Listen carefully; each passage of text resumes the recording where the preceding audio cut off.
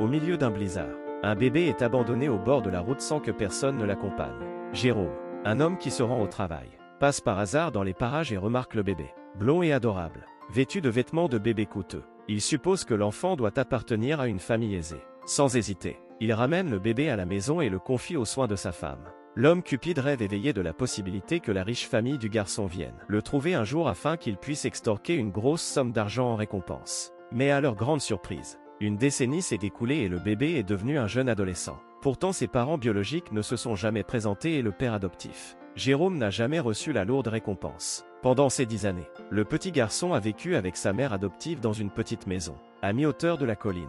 La mère n'a jamais révélé au garçon sa véritable identité et lui a donné le nom de Rémi. Rémi chérit également sa vache bien-aimée nommée Rosette, leur principale source de revenus. Bien que pauvres, ils ont joui d'une vie heureuse jusqu'à une nuit d'orage. Jérôme rentre chez lui pour découvrir que sa femme s'occupe secrètement du garçon depuis une décennie. Furieux, l'homme décide que puisqu'il n'y a pas de grande récompense, il pourrait aussi bien vendre le garçon pour quelques pièces plutôt que de le laisser rester et être un fardeau.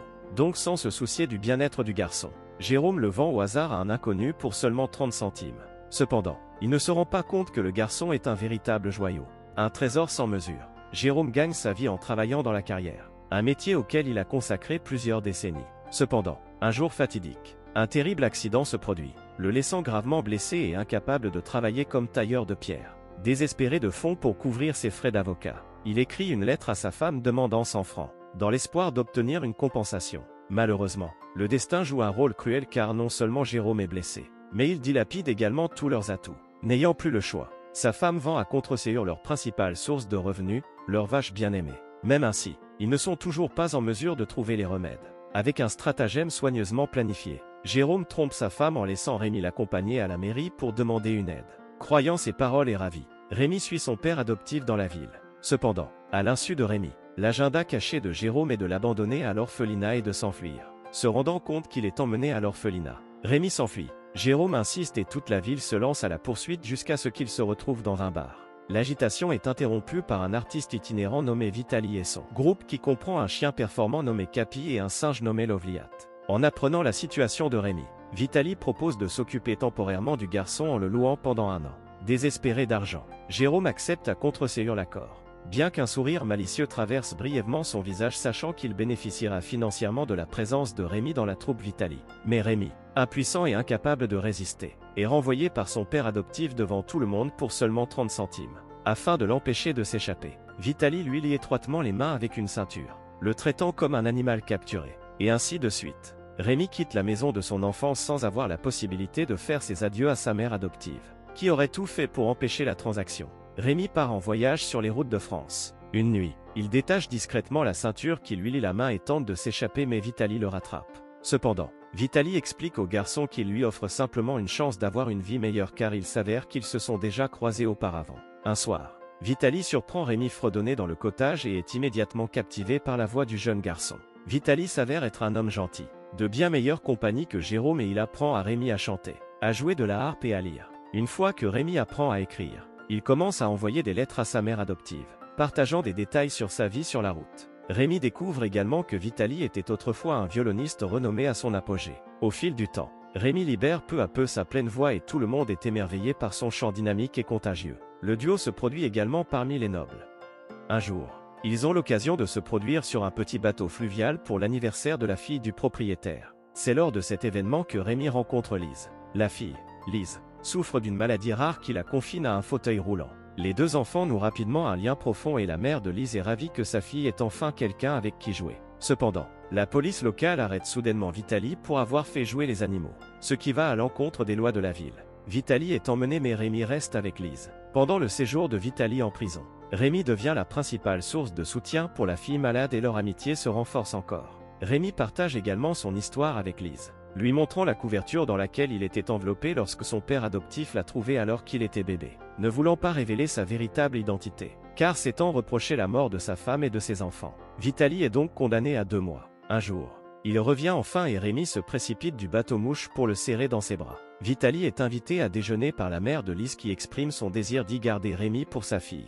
En entendant cela, Vitali comprend que cela offrirait une vie stable à Rémi. Mais il pense que le petit garçon devrait avoir l'opportunité d'explorer le monde. Il dit ensuite à la mère de Lise que c'est le choix de Rémi de rester ou de partir avec lui. Le style de vie confortable et effluent est en effet une grande tentation, mais Rémi comprend profondément ce qu'il veut. Comme prévu, Rémi décide de partir avec son maître mais fait ses adieux à Lise et promet de lui rendre visite bientôt. Cependant, pendant son séjour en prison, le vieil homme a été gardé avec un codétenu atteint de tuberculose et, malheureusement, il a également contracté la maladie. Son état s'aggrave, ralentissant leur voyage et ils ne parviennent pas à se reposer avant la tombée de la nuit. C'est le moment où la tragédie frappe. Le singe semble ressentir quelque chose et grimpe précipitamment sur un arbre. Lorsqu'il réalise que quelque chose ne va pas et regarde en arrière, il découvre qu'une meute de loups a jeté leur dévolu sur eux. Les loups redoutables et menaçants dévoilent leurs crocs acérés, les effrayant dans une fuite précipitée. Heureusement, non loin de là, ils repèrent une petite cabane. Afin de les protéger, Capi charge courageusement la meute de loups, leur faisant gagner du temps. Heureusement, Capi ne souffre que de blessures mineures. Il passe toute la nuit caché dans la petite cabane, s'aventurant le lendemain matin à la recherche du petit singe. Cependant, le singe n'a pas autant de chance car il endure une nuit glaciale à l'extérieur et est gravement blessé. Vitali emmène Rémi dans un hôtel et dépense ses dernières économies pour faire venir le meilleur médecin de la ville pour soigner le singe blessé. Mais la situation n'est pas optimiste car le médecin les informe que le singe n'a plus beaucoup de temps à vivre. Voyant la façon dont le vieil homme a toussé, le médecin suggère un traitement immédiat ou sinon il se risquera. Cependant, Vitali garde sa maladie secrète de Rémi, sachant qu'il manque de fonds pour payer la chambre et soigner le singe. De plus, il ne sait pas qui s'occupera du petit garçon et de Capi pendant son absence. Afin de rassurer le petit garçon, Vitali décide de monter un spectacle en espérant que les clients de l'hôtel leur offriront une récompense. Plus tard dans la soirée, le vieil homme sort lentement son violon oublié depuis longtemps et dévoile son talent exceptionnel à l'hôtel. Tout le monde, y compris Rémi, est stupéfait par lui. Il reçoit de fiers applaudissements du public et parvient à collecter de l'argent pour soigner le singe et payer les frais de location. Alors qu'ils récupèrent leur gain, une femme élégante s'approche d'eux. Elle a mentionné que sa performance lui rappelait un spectacle auquel elle avait assisté lorsqu'elle était enfant et où un violoniste renommé s'était produit. Anxieux et instable, Vitali se rend compte que la femme a peut-être reconnu sa véritable identité. Il lui dit alors à la hâte qu'il n'est qu'un artiste qui a appris ses compétences auprès de personnalités célèbres. Bien que la femme semble sceptique, elle leur laisse une pièce d'or. Rémi est rempli d'excitation en recevant la pièce d'or. Il se précipite immédiatement dans sa chambre à l'étage pour le montrer au singe. Malheureusement, la tragédie frappe déjà. Le singe a déjà succombé à sa maladie. Rempli de chagrin, le vieil homme et Rémi trouvent un endroit pour enterrer le singe. De retour à l'hôtel, ils reçoivent une lettre adressée à Rémi. C'est une lettre de Lise pour l'informer que sa mère a identifié le tissu de la couverture de Rémi. Le matériau est exclusif à une famille noble de Londres. Sa mère a ensuite envoyé des lettres à ses amis pour aider à retrouver les parents de Rémi. Quelques semaines plus tard, un avocat nommé James Milligan répond en déclarant qu'il connaît les parents de Rémi. Fou de joie, Rémi finit de lire la lettre et ne perd pas de temps. Lui et Vitali et Capi ont entrepris de rencontrer James Milligan. Peu de temps après, ils sont assis dans une réunion avec l'avocat. James examine la couverture de Rémi et confirme qu'il est bien l'enfant qu'il recherche depuis toutes ces années. James les a également informés que Rémi est le fils perdu depuis longtemps de la famille Dorsal. L'avocat les emmène ensuite dans la supposée maison familiale de Rémi, à la résidence Dorsal.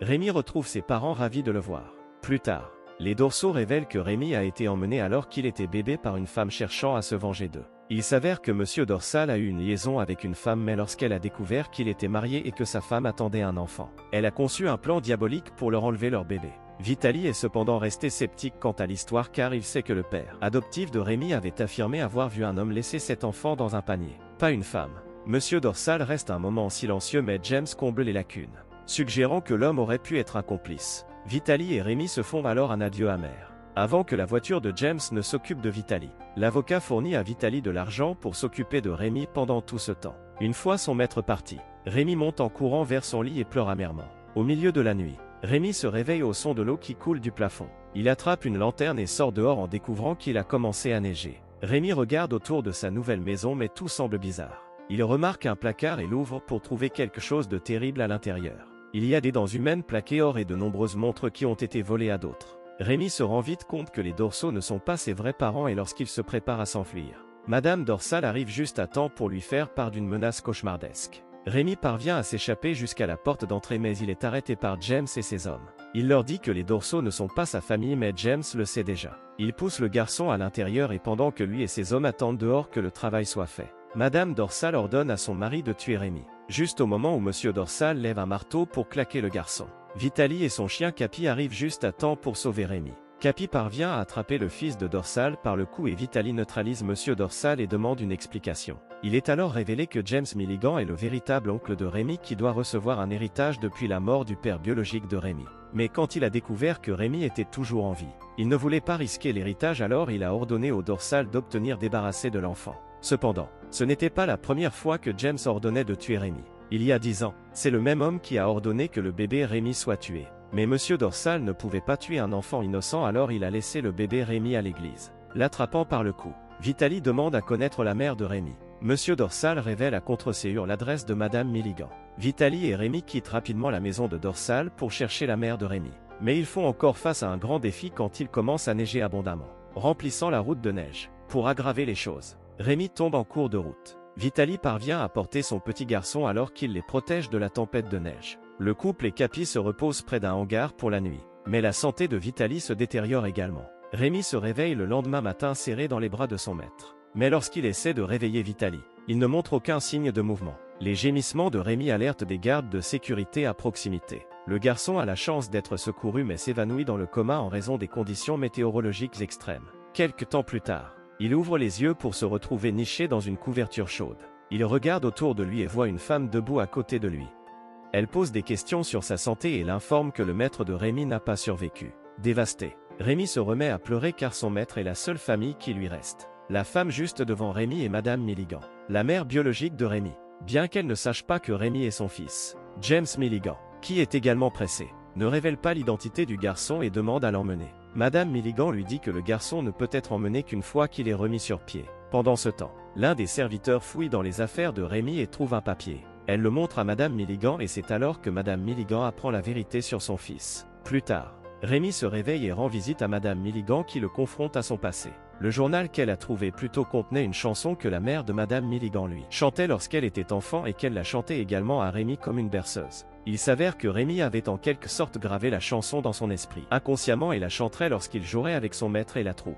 Enfin, la mère et le fils s'embrassent avec une étreinte serrée. Les décennies passent et Rémi est devenu un vieil homme octogénaire. Bien que sa musique continue d'enchanter tous ceux qui l'entendent, il décide de ne pas poursuivre une carrière dans la musique. Au lieu de cela, il consacre sa vie à la gestion d'un orphelinat, offrant un foyer aimant aux enfants sans abri, tout comme Vitaly l'a fait pour lui. Bien que Rémi ait passé de nombreuses années à retrouver ses parents biologiques, il se considère chanceux d'avoir eu de nombreuses personnes chères qui l'ont soutenu, créant une enfance remarquable et lui permettant de partager le parcours de sa vie avec les autres.